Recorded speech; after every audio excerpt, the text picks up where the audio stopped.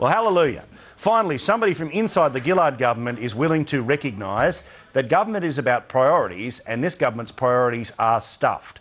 Yesterday there was an announcement, and a very proud and a very excited announcement from the federal government, that they were going to hand over not one or two, but the best part of $22 million to not a small little independent film company, but the Walt Disney Corporation. $22 million to get them to come out here and film a new version of 20,000 Leagues Under the Sea.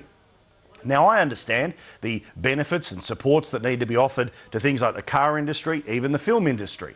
But unlike a guaranteed return from, say, a farmer, when you want to turn around and offer a giant chunk of money or tax breaks to a company like Walt Disney, perhaps we could have as part of the deal, sure, we'll give you $22 million, but when the movie starts making $300, $400 or maybe $500 million, like all of these huge box office things actually do, can we have some of the money back?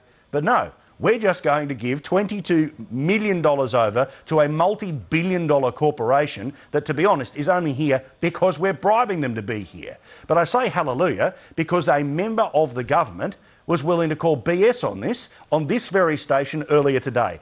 $20 million to see the production of 20,000 Leagues Under the Sea. I don't need 20,000 Leagues of Sea. I need an MRI at Mount Druitt Hospital. Now, don't forget, he represents the part of Australia that the Prime Minister decided to go and camp out in for an entire week. He represents the people of Rooty Hill in Western Sydney.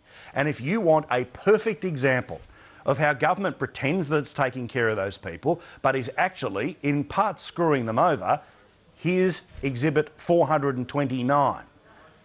Now, obviously, there is a need to keep the Australian film industry afloat. I get it. But $22 million to the Walt Disney Corporation, can we start spending money that way and start bribing Hollywood executives to come over here after we've worked out things like MRI machines for Western Sydney hospitals? Maybe after we don't have a country where there are charities set up to buy the very hospital equipment that keeps kids alive tonight in intensive care units. Government is about priorities. I understand that. But when you are choosing to line the pockets of billionaires from Hollywood and millionaire directors and millionaire celebrities versus basic health needs for the people who actually pay tax in this country, well, your priorities are more than screwed. They are royally stuffed.